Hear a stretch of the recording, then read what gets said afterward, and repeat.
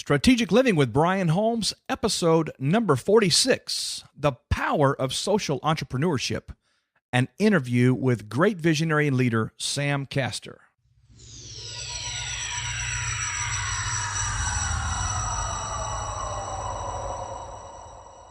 Hey, this is Cliff Ravenscraft from podcastanswerman.com, and you are listening to the Strategic Living Podcast with my great friend, Brian Holmes, who is now going to take your thinking to the next level.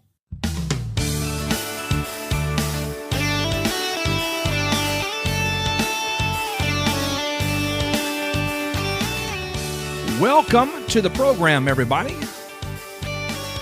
Yes, my name is Brian Holmes, and you have found the Strategic Living Podcast, where we are all about transforming minds, developing leaders, awakening big dreams, activating destinies. Hey, we believe we can change nations. That's what we're talking about today, as a matter of fact. Changing the world through social entrepreneurship. Well, this program, we're all about seeing you healed, your mind renewed. We want to see you transformed. We want to see you become all that God's created you to be so that you can make a difference. I am super pumped about today's episode, everybody. Social entrepreneurship. Let's get started. Well, thank you so much for joining us today on the program. I am immensely excited about the content, about the interview, about introducing you to someone who I have known of for a very long time and someone that I have met on several occasions. In recent weeks, I have come to develop a bit of a relationship with this great leader, great visionary, great entrepreneur. And on today's program, we're going to be talking about something that is very, very near and dear to my heart. You say, what is that, Brian? You got a lot of things that are dear to your heart. Yes, I will tell you that I have a special place in my heart for the nations. I've had the great privilege over the last 19, 20 years of traveling all over the world. I believe now it's 18 countries. And every nation that I visit and every people group that I meet, more and more embedded in my heart is this deep desire to make a difference, not only in my own space, but really around the world. There are children, there are adults, there are individuals who have great destinies, great potential that simply need a hand up. They simply need someone that believes in them, someone that will identify the needs that are present and help them along the way so that they too might become all that God has created them to be. I believe with all of my heart that every man, every woman, every boy, every girl ever born to time is destined by the Creator to accomplish something significant, to be something significant. I don't believe that any life is wasted. I don't believe that God makes junk at all. In fact, every precious child around the world, God has crafted that child for something very special. The future of nations truly rests in the next generation. And I believe that we can make a deep, significant difference if we will but take the time to understand that the world is not what we westernized people necessarily believe it is. If you've never traveled outside the country, if you've never really gained that perspective, you've never really developed a global worldview and understood that there are so many people around the world that are not privileged, not as well-to-do, they don't have access to the same things that we have. You know, in our country, we complain if we don't get our fast food in time or in a timely manner. We fuss if everything that we order or purchase is not exactly perfect. Yet we go places in this world where children will take tape and plastic and little strings of cloth, and they will work together their own homemade soccer ball so they can entertain themselves and have fun with their friends in the yard. Well, today on the program, I have a tremendous leader, someone that I've watched from a distance for a very long time. And in recent weeks, as I mentioned, I've had the privilege of getting to know him on a deeper level. And I don't know anyone more qualified to speak on entrepreneurship and pursuing a career or a business or a life purpose that really matters more than this person. But what you're going to hear today is about an emerging concept, something that is new to the scene, and that is this idea of social entrepreneurship. That is where we marry the idea of entrepreneurship and business and opportunity with social causes, things that will actually make a difference in the lives of people all over the world. So without further ado, I want to take you right now into an interview with Sam Castor. But before I do that, let me just give you a brief background on who Sam is. Sam is an inspiring, heartfelt speaker. He is a visionary social entrepreneur. He has dedicated literally his entire life to the global epidemic of malnutrition. In 1999, Sam co-founded Manna Relief Ministries, a nonprofit organization designed to help in the distribution of its whole food-based nutritional support products. By 2014, Manna Relief Ministries has distributed over 80 million daily servings of whole food nutrition to malnourished children in over 85 countries. That, ladies and gentlemen, is making a difference.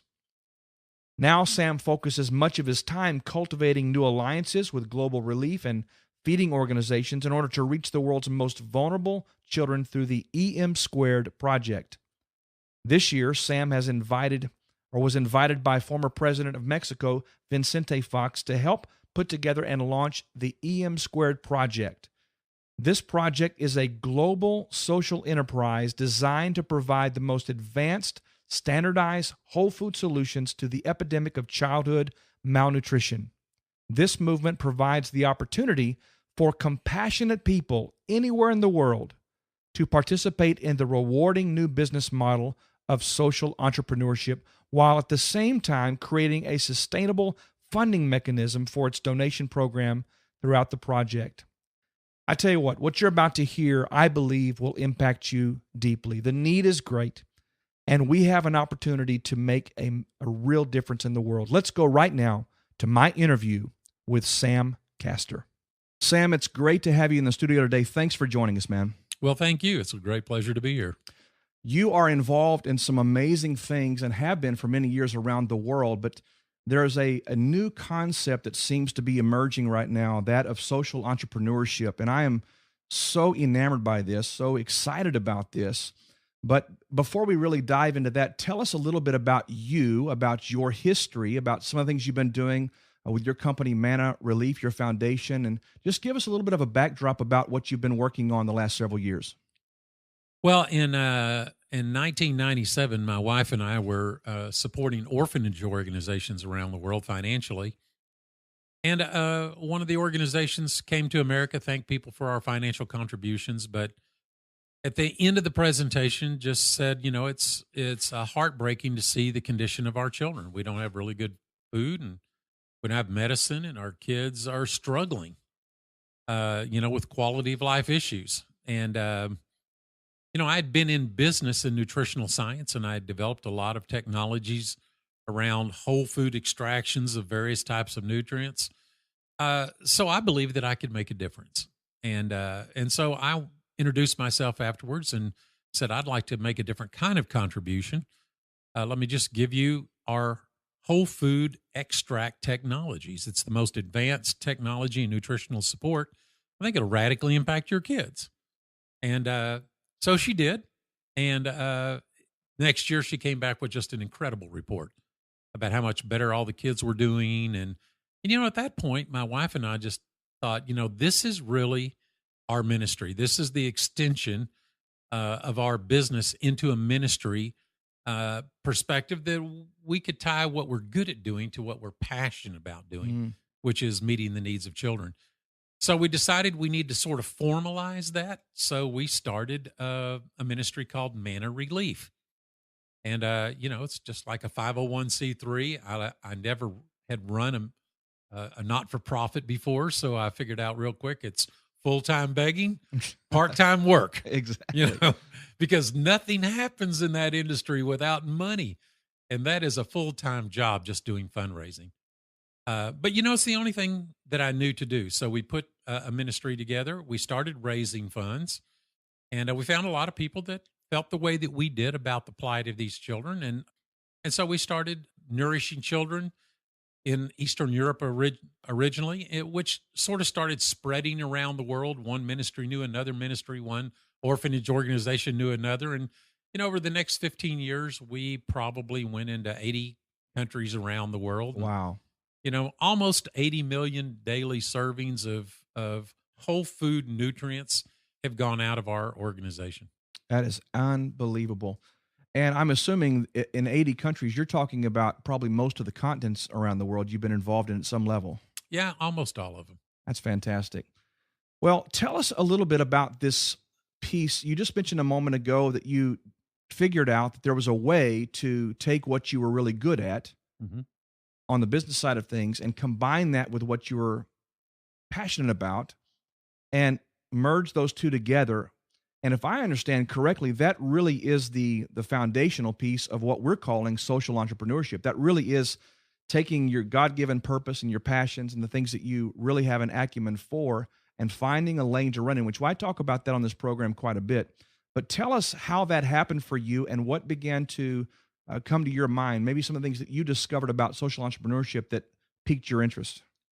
Well, really, the way it came to me is out of a challenge that occurred to us, like most not-for-profit organizations at the end of 2008. When the banking industry went through its meltdown, it caused a shift in the entire global economy. That's when countries were filing bankruptcy. Our country was trying to keep major businesses afloat. Every industry was hit by that economic turndown, but no industry as significant as the not-for-profit industry. Because the first thing to go was corporate giving, individual giving. Over the next year, we lost about 70% of our donor base. And that's devastating to an organization. It's more devastating to the kids that were the recipients of what we were doing. But, at that point, my wife and I started praying that God would give us some revelation of a more sustainable model for doing what we were passionate about doing.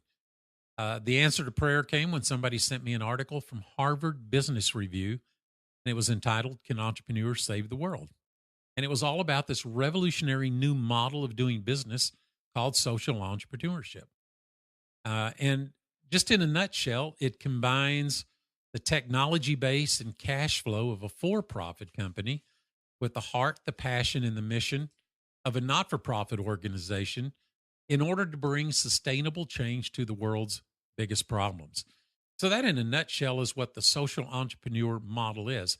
Harvard said a few things in this article. They said, number one, it will be the most compelling business model of the 21st century because the whole world is looking at solving these kinds of problems through some sustainable model. And they said to have any relevance in business at all in the 21st century, you've got to either be involved in it or collaborate or be connected to it somehow. When I read that article, I was just overwhelmed with the possibilities. I Googled social entrepreneurship. I bought every book I could find on it, and I became a very quick study on this whole model and decided that that really was the future of world-changing ideas. And here we were serving the needs of malnourished children around the world. It's the biggest problem that faces children in the world today. Responsible for up to 1/2 of all deaths of children is connected to the issue of malnutrition. And nobody's really doing anything that's sustainable to solve that problem. So this seemed like the perfect model to plug into to achieve what we wanted to do with our lives, to fulfill the destiny that we felt called to. So what I'm hearing you say as it relates to social entrepreneurship, it is the combining of a cause, a social cause, something that is a desperate need in the world, where people can actually focus their attention, their energies on making a massive difference in a particular area. But at the same time, those people who are involved in that cause can actually make a business out of that, can actually make money, can actually grow something that is significant that benefits them as well. Am I understanding that correctly? Yeah, there's different models of social entrepreneurship. Some are focused on financial opportunity. Some are focused on just pure technology opportunities. Some combine both together. Sort of the poster child for social entrepreneurship, where this whole movement came out of, was a man named Mohammed Yunus in Bangladesh. And he was a college professor realizing that poverty was the number one issue facing the people in his country. And it didn't make much sense to send people out of college with no opportunity whatsoever to make a living. And he just believed that if people were given the opportunity to work themselves out of their hopelessness and despair, that they would choose to do that. So he started loaning money to people and putting them into businesses. Okay. And people started succeeding, paying him back. He started making more loans. Pretty soon this started getting out of hand. He went to the banking industry and he said, hey, listen, here's a great idea. How about something that he named microfinance, putting small loans to people to put them into business? And of course, the banks kind of rejected the idea. These were people that didn't have jobs, didn't have credit, didn't have any credit history, had no capacity to run a business, in their opinion. So they said, no, that's a ludicrous idea. So Mohammed Yunus had to start his own bank. It was called the Grameen Bank. And his whole focus was investing in people. And you know, what's really interesting is that 97% of all the loans that have ever been made through the Grameen Bank have been paid back with interest. And here's sort of the flip to it, though, is that it's a for-profit entity. This is not a charity. And he takes all the profits that are generated, just like any other bank, from that loan instrument and reinvested it back into more people and kept exponentially growing the business of microfinance. And so you use a for-profit entity to bring a solution to a sort of a mission-oriented entity like the Grameen Bank. So that's one example of how putting people into business and allowing people to make a living, is connected to social enterprise. Sort of on the other end of the spectrum is kind of the Tom Shoe model. Oh, yeah. Here's Blake Mikowski went to South America and saw that kids were being denied an education for the simple reason they didn't own a pair of shoes. The rule is you have to wear your shoes to school. And so he said, well, gosh, somebody ought to fix that problem. But, when he came back to America, evidently, nobody was really donating many shoes. That didn't seem to be a big priority. So he started his own shoe company, and he first made the shoes himself and sold them on the internet, and every time you buy a pair of shoes, he would donate a pair of shoes.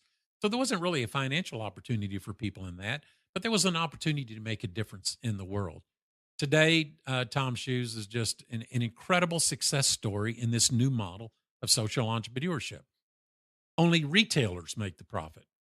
Okay. So, retailers sell a Tom shoe at a standard retail markup, take all the wholesale markups, all the retail markups, make their standard profit.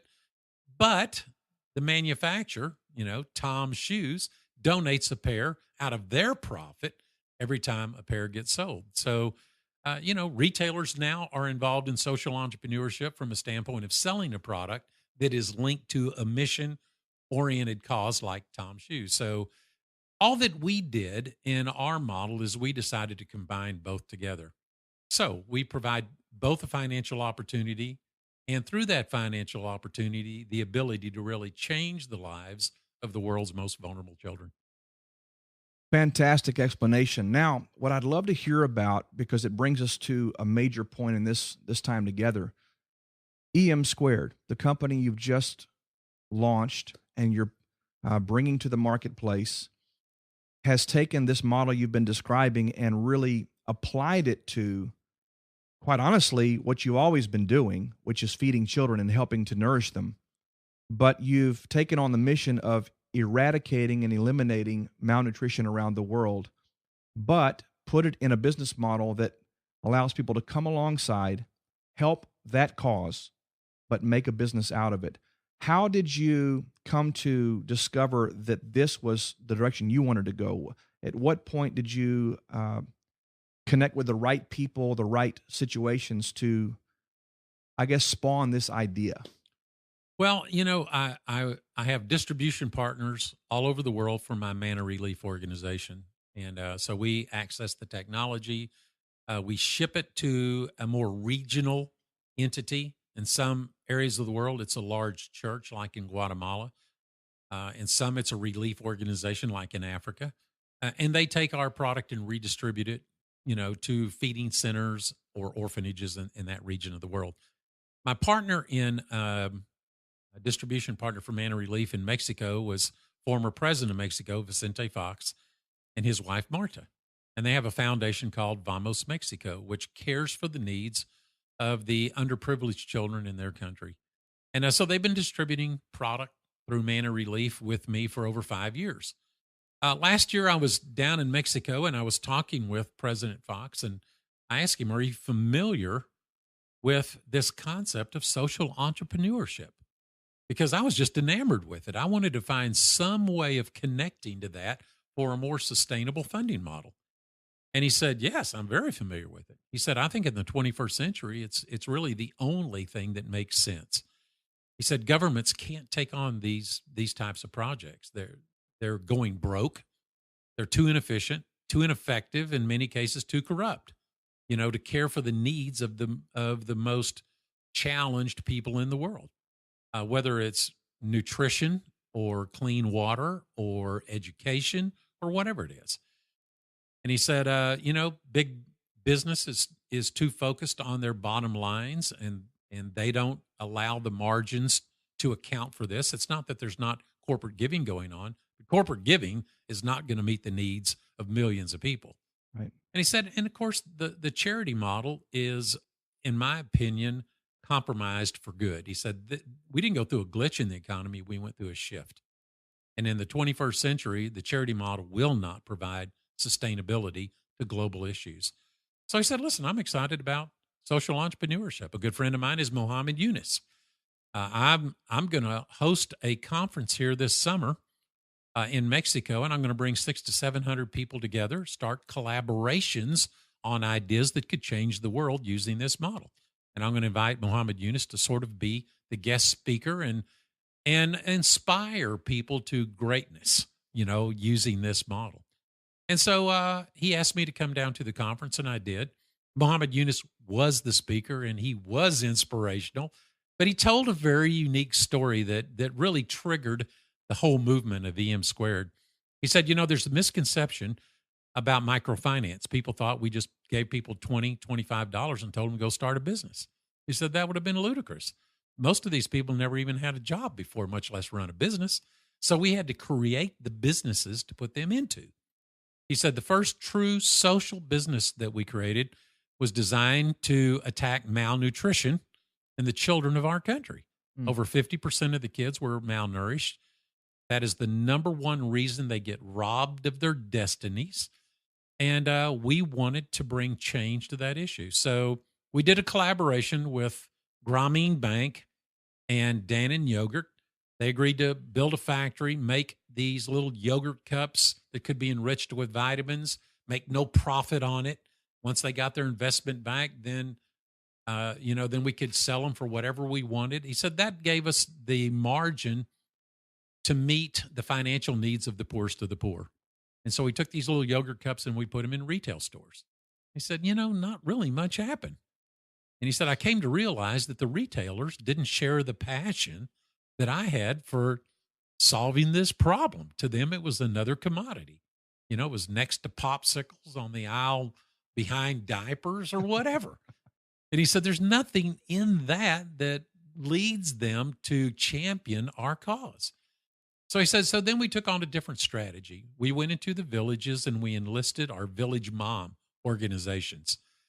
And we compensated them for telling other village moms about the problems that malnutrition would cause in the lives of their children and offer them the simple economic solution that we had created. And he said, and it just exploded. Within a year where we had a good proliferation of village moms, we estimated that 40 to 50% of the kids in those villages were eating our yogurt cups. So he said, so here's the takeaway from this, people, is talking to all of us. He said, you can't change status quo in a passive manner. You have to enlist the people that have the most to gain from your solution. And he said, if you will financially incentivize them, then you can drive your missions to the ends of the earth. So after the conference, President Fox brought myself and Mohammed Yunus together, and he said, I love your story. Sam and I are working on malnutrition here. I would like to start a project that could link village moms all over the world, not just one region of the world. And technology allows us to do that today. So what if we could link village moms and do a little bit different model? You know, there's a whole movement around whole food technologies in the world today. There's people who have a passion for eating whole foods instead of processed foods. It's sort of becoming commonplace in the world that we know these things. And he said, what if we could sell a product of great value to consumers in developed world nations, and then make a donation of that exact same quality of product to the world's most vulnerable people, children, who obviously don't have anybody to buy it for them, and link village moms or compassionate people around the world together for that cause. That is actually where the EM Squared project was birthed that day. And of course, it took us months and months of collaborating and talking and identifying different players that would be needed to fulfill that mission. But that's where it started. It came out of that meeting that day. I love that story. I've heard it a couple of times now, and that just it's amazing how when you get a couple of out-of-the-box thinkers in a room and just begin to think about the possibilities, what can emerge and what can happen, and literally an idea can change the world. In fact, all massive transformations ever taken place around the world came from an idea, which you and I both know comes from God. But it's just a very powerful thing to hear how that just converged in that moment, and out of that comes EM Squared. So tell us about EM Squared. What's its mission? How are you going to go about with EM Squared changing the world? What is the model? Well, you know, in Inc. magazine did a story on social entrepreneurship. It was a practical guide to the model. And this was in 2011. It was their cover story of their magazine that month. I think it was November 2011. And they said, you know, the model works best when, number one, the product being sold is the trigger for social change. Number two, when there is a legitimate demand in the marketplace for that product. So you can't isolate yourself into a charity model thinking when you're thinking about social entrepreneurship. You have to incorporate all the market forces that exist out there. Sure. And so what we looked at is using whole food-based technology to create a product that people could consume.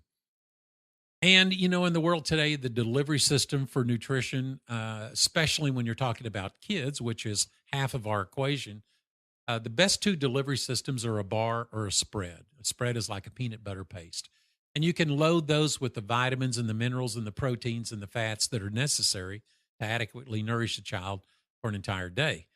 But at the same time, that's the exact same nutrition that people are looking for, you know, all over the planet. So our goal was, first of all, to develop a product that we could sell into the marketplace with value and a unique selling proposition. So our unique selling proposition is that you can get a whole food bar by going to Whole Foods or Sprouts or anybody that sells whole food-based bars. What we do in addition to that is we standardize the vitamin, mineral, protein content in that bar from whole food sources. Most of the time, standardization of vitamins and minerals comes from synthetically made and enriched vitamins and minerals. I mean, that's the food industry. All enrichment is done with synthetically made vitamins. And there's just been too many studies over the last 20 years that show that vitamins made from petroleum, which is how they make a synthetic vitamin, minerals that are just dug up from the ground or byproducts of chemical synthesis, don't get absorbed and utilized in the human body the same way that those that come from food do. So our uniqueness in the marketplace is not only do we provide a whole food bar, but we provide food source nutrients at standardized nutritionally effective levels, which makes it the most nutritionally dense whole food product in the market. So our goal is to deliver that to consumers worldwide. President Fox was insistent that we create a model that not only provide that to the marketplace, but provide that same exact quality product to a child in need. And that's a major shift from the traditional charity model, because the relief agencies typically buy the most inexpensive food commodities in the marketplace. Synthetically enrich them because, again, that's the cheapest way to standardize a level of nutrition and provide that to hungry people around the world. And President Fox says if we do this right and we run the right model and we get the right manufacturing partners, we should be able to deliver to a child that same quality that we are selling to a consumer. Mm-hmm. And so that's how we built the model. So, our proposition to the marketplace is, number one, every time that you buy a box of these whole food bars, we will at the same time provide that exact same amount, a box, a 30-day supply to a child in need. We put it all online so that people could even download our portal, our web app onto a cell phone. Wow. So that people all over the world could participate. And people have really two choices. They can just simply be a consumer, buy the bar, and then children get fed, or they can help champion our cause by becoming what we call an ambassador.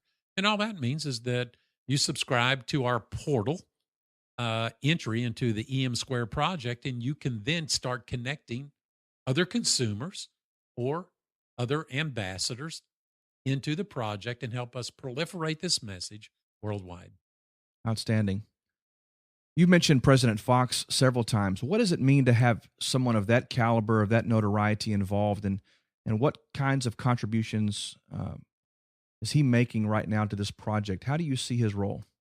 Well, I mean, first and foremost, having a world leader from one of the world's largest economies tells the world that this is a serious project. Sure. I mean, it's serious for me, but no one knows who I am. President Fox obviously has a platform to speak from. Yes. The second thing is he has a tremendous amount of influence. And when we were talking about how the model would work best, in order to produce a quality product that is sold at competitive retail pricing. So, when we were talking with Eunice, he said, you can't sell something that retails for $2.50 for $5 just so you can make a donation, because then people will see it as a charity. Mm-hmm. You have to be competitive with true retailing.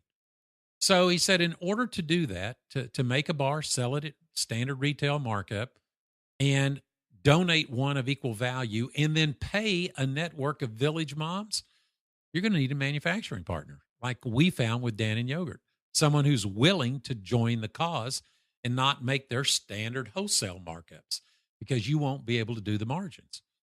And President Fox said, I know just the guy. I mean, he's connected with people all over, of course, Mexico and all over the world. But he said one of the largest food manufacturers in Mexico has a heart to serve the poor. He's created his own foundation, started a food bank. It's become one of the largest in Latin America, if not the largest, feeding over 100,000 people a day. Wow. And he said, this guy is he will fall in love with this project. And he said, he's coming to the banquet tonight. So I think Marta has you sitting next to him. And so I met Hector that night. And Hector, just as they predicted, fell in love with the project. He said, you mean I could be a part of a project that truly meet the needs of the world's most vulnerable children? Yeah, count me in. He said, I'll manufacture bars out of my foundation. I won't charge a profit on it. He said, I'm going to have to get some bar making equipment because I don't make bars. I make everything else. In the meantime, I'll find somebody to work with us, and we'll just make this a project, and we'll do this worldwide. So that's the type of influence that President Fox brings to the table. But, I don't think we've even tapped into a small portion of that influence, because we just started the project 2 weeks ago. Right. World leaders from around the world who are looking at the best way of solving the needs of their children, he has easy access into those regions of the world. And so I see more collaboration coming for the project simply through the contacts that are generated by somebody who has such an outreach capacity as President Fox. You sat down recently with President Fox and did an interview, and I just pulled a clip of that, and I'd like to share that with our audience so they can hear his heart, hear he and his wife both speak about their passion to really touch the world with this project. So let's listen to President Fox and Miss Marta Fox right now. This great thing of social entrepreneurship is something that we decided to take as our own in Central Fox. We're dedicating part of our efforts to this and making sure that we spread the news that today you can make profit, but at the same time, you can do good things for others. It's good to have profits. It's the return the stockholders want, but it's much better to have happiness when you're helping others, when you're bringing opportunities to kids, when you're bringing food and nutrition to kids. If they couldn't have a proper nutrition, they couldn't be able to learn, to feel, to be here, to have a different vision, to have a different hope. So to give the opportunity, to give the food, to give the good nutrition, this is all together what we have to put President Fox and I, and you, Sam, you with this great organization, to be able to push our children, not only here in this small but big community, not only here in this Central Fox, not only with Vamos Mexico, with all over the world. We need to push this all over the world because children deserve all our effort, all our love. Well, the change is incredible. Once you see a kid with enough food in his stomach, enough nutrition and protein, his whole behavior in the school is absolutely changed. To make sports, to play, to learn, to be active in the school, it's indispensable. Only those who are in that situation understand the problem and suffer the consequences.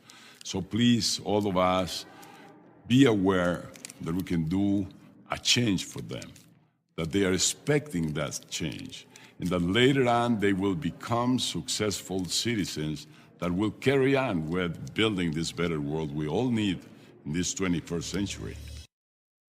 You know, Sam, right now you guys are focusing as a pilot program and launching this in Mexico, but I know your plans are to reach nations all over the world as you have with Manna Relief over the years. What does that look like? How does that sort of parlay out over the next several months and years as you spread this around the world? Well, of course, as you said, our first commitment is to Vamos Mexico. This is to honor both Marta Fox and the president for all of their efforts in helping us put this project together. He served as the chairman of the project committee that we created around EM Squared, and they've just done an amazing job. And of course, their passion is to meet the needs of the kids in Mexico as well as around the world. But you know, that's where they live.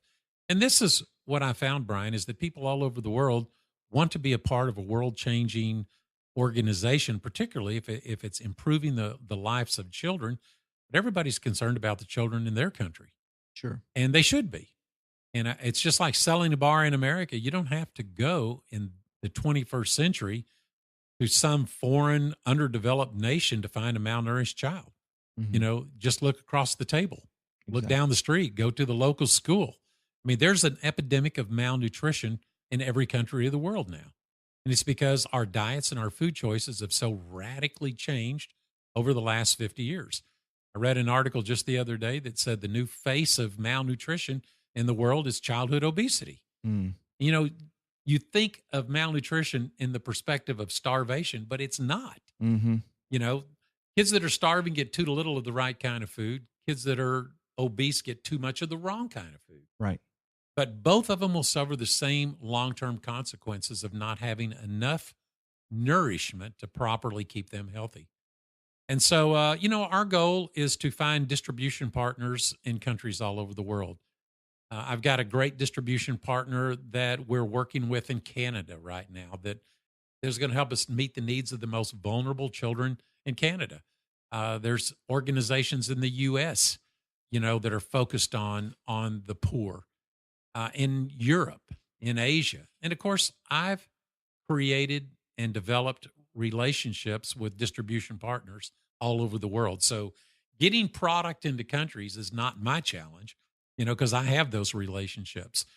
Creating enough business that would link millions of consumers to the needs of millions of children is really what we're focused on. Mm-hmm. Distribution is going to be the easiest thing for us to accomplish. I heard you recently state a very specific goal that you all have said in this first phase for EM Squared as far as how many children you want to reach and how you're going to go about that. Can you share that with us? Well, I think we all realize that when you read the statistics out there, 10 million kids die of malnutrition. Every 6 seconds, a child under the age of 5 dies of malnutrition. That there's an urgency to this situation. And whether it's 6 million, 10 million, 20 million, our goal is to link millions of consumers with the needs of millions of children. And that's just the most extreme acute forms. Hundreds of millions of children will be robbed of their destinies. Malnutrition stunts their growth. It takes away their IQ. You actually lose IQ for good when they're malnourished at a young age. It inhibits their ability to learn. And so it's a devastating impact on the productivity of a person for the rest of their life. And so listen, you can start anywhere, in the world and say, this is where we start. We want to get to the world's most vulnerable, but listen, we got a lot to do here in America. We got a lot to do in Canada and Mexico, South America. The whole world is in need of what we're providing. So millions of consumers, tied to the needs of millions of children. And, President Fox is very optimistic. He thinks there's no reason why we can't eradicate malnutrition in our time, by providing a model and a vehicle that allows anybody in the world to tap in to the world-changing idea that we've created. So those that are listening to this program right now, they're hearing this, and I don't know of any human being that has a real heart that would not be touched by such a massive need. There's not probably anybody who hasn't seen a late night television infomercial for one of the major nonprofit companies reaching, Feed a Child, Sponsor a Child, and those types of things move all of us. This provides us a means and a mechanism to get involved on a very practical level, not just as consumers, but someone who can actually mobilize, as the Village Moms did, and take this message, but also take a real solution to these kids all over the world. So in a very practical way, those who are listening to this program, how can someone get involved? What are the steps that someone must take to get involved in this project? It's real simple. Just be connected to the project by somebody that's involved. And that's as simple as returning a phone call, returning a text, returning an email that somebody in EM Squared that's involved in our project sends out. They say, please join us in our effort of eradicating malnutrition. Not everybody wants to do the Village Mom program of proliferating the message, but everybody can play a part by just simply nourishing yourself with the most nutritionally dense food product that I think exists in the world today, and at the same time allowing us to provide a child in need that same quality of product. Well, I want to ask you to wrap up this time together just by making an appeal. What is your heart? What do you want to say to those that are listening to this who might be considering as an opportunity or might just say, hey, I want to be a part of it? What would be your appeal to them? Well, the first thing I want to do is let everybody know that this is a paradigm shift. Mm-hmm. This is not standard business. This is not charity. This is social entrepreneurship. And you have to get your arms around that because otherwise you'll be too conflicted with the model itself. Right. And I think some people, have come up with the question, is it right to make money by meeting the needs of children? Let me tell you, in the 21st century, there's not a better way to do it. Yeah. Than use market forces to drive a campaign for sustainability. So number one, get your head around what this truly is. And if you do, join us in this mission, in this project. It's going to be, I think, the most rewarding thing that people will have ever done with their lives, to be a part of something that brings such value into the lives of everybody that's touched. It's one thing to impact somebody's quality of life through the absolute best whole food nutrition, but at the same time, bring them a purpose that people are struggling to find in today's world. How can I do something that makes a difference?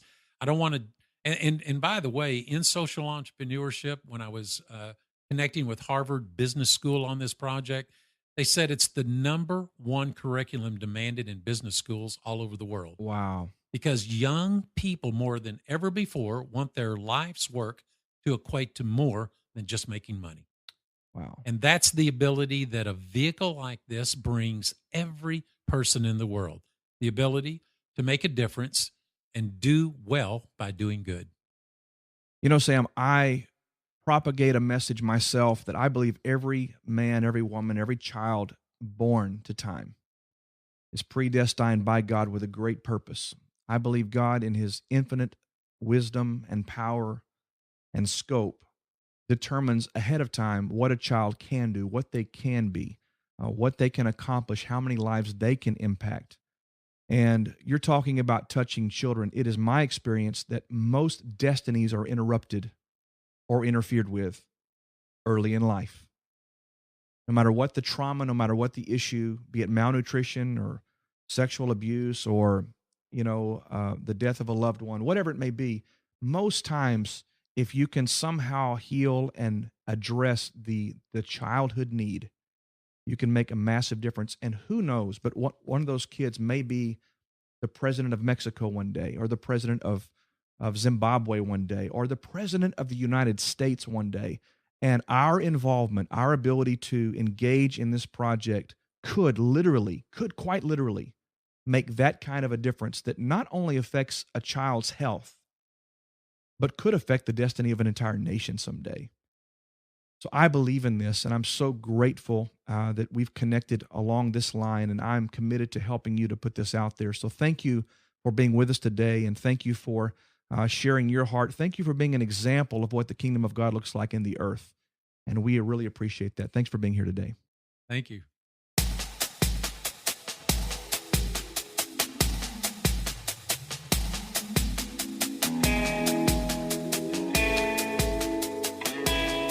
I trust that this information today that you've heard from Sam Castor has moved you. If nothing else, made you aware there's a great need in our world for leaders and movers who will step up to the plate and really take the challenge to make a difference in someone's life somewhere else in the world. I don't know about you, but I'm moved very deeply at the scope of the need, of course, but I'm also deeply encouraged at the opportunity, the tools, and the model that's been presented to us. It's given me faith that we can make a massive difference in our world, and I'm so excited about that. Well, let me just share with you that brianholmes.com and all of those entities that are a part of that, Brian Holmes Ministries, the Strategic Living Institute, we're pleased to announce that we're partnering with EM Squared in this cause. I really believe that this project is worthy of our attention. To say it even better, I believe that we have a responsibility to take what we've been given and share it with the world. I just feel as though that this is something that God's put in my lap. And I feel pretty strongly that we're supposed to make this a very primary focus of our global mission as an organization. And I would love to invite you to join us in this project. Help us feed some children. Help us reach out and change lives. Help us impact the destiny of a little boy or a little girl somewhere in the world who has such a bright future if we would but touch them in this area of their life by providing them the nutrition they need, giving them the strength and the power and the ability, the impetus to grow up and be all God has made them to be. Join us. For more information on how you can become involved and how you can really make a difference in the life of these precious kids around the world, go to our show notes, brianholmes.com/046. Scroll down where you see the EM Squared logo. Click on that image, and you'll be directed to our EM Squared affiliate page. If you'd like to talk to us about this opportunity or speak with someone who can help you understand more of what that opportunity is, reach out to us at brianholmes.com/contact-us. That's contact-us, and we'll be happy to talk to you about that as well. I really believe that this is the kind of thing that's going to change the world in the next 10 to 15 years, where people are being raised up at grassroots levels to recognize needs, to create solutions, and then to go out into the world and multiply our efforts and make a difference. I'd so love for you to be a part of this with us.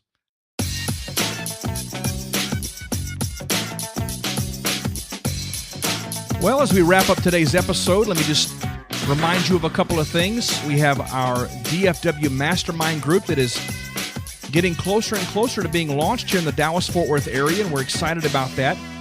If you have an interest in joining us as a part of that mastermind, there will be an application process, but you can go to the show notes. There'll be a link there in the announcements section of the show notes for this episode, and you can contact us regarding your interest in becoming a part of that group.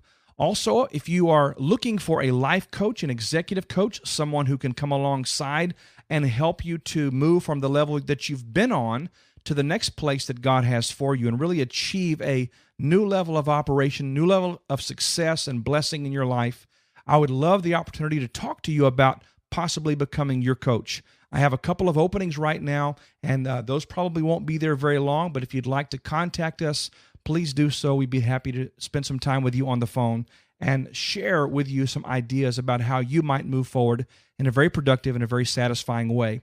Last announcement would be this. I'd like to offer this opportunity to those who host events. If it's a church conference, maybe it's a leadership event or leadership summit of some kind, or maybe you're just hosting a mastermind group that you need a guest speaker at. I would love to come pour out of myself and share with you the things that I believe God's put in me to share. We'd love to serve you in that capacity. If you'd like more information about us speaking for you, please go to brianholmes.com/speaking to find out more about that.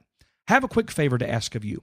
If you enjoy this program, if you receive benefit from it, if you are being blessed by what we're providing to you each week, I would like to ask you to do a couple of things for us that would help us greatly in expanding our reach and touching more people's lives with this message of hope, message of healing, message of development.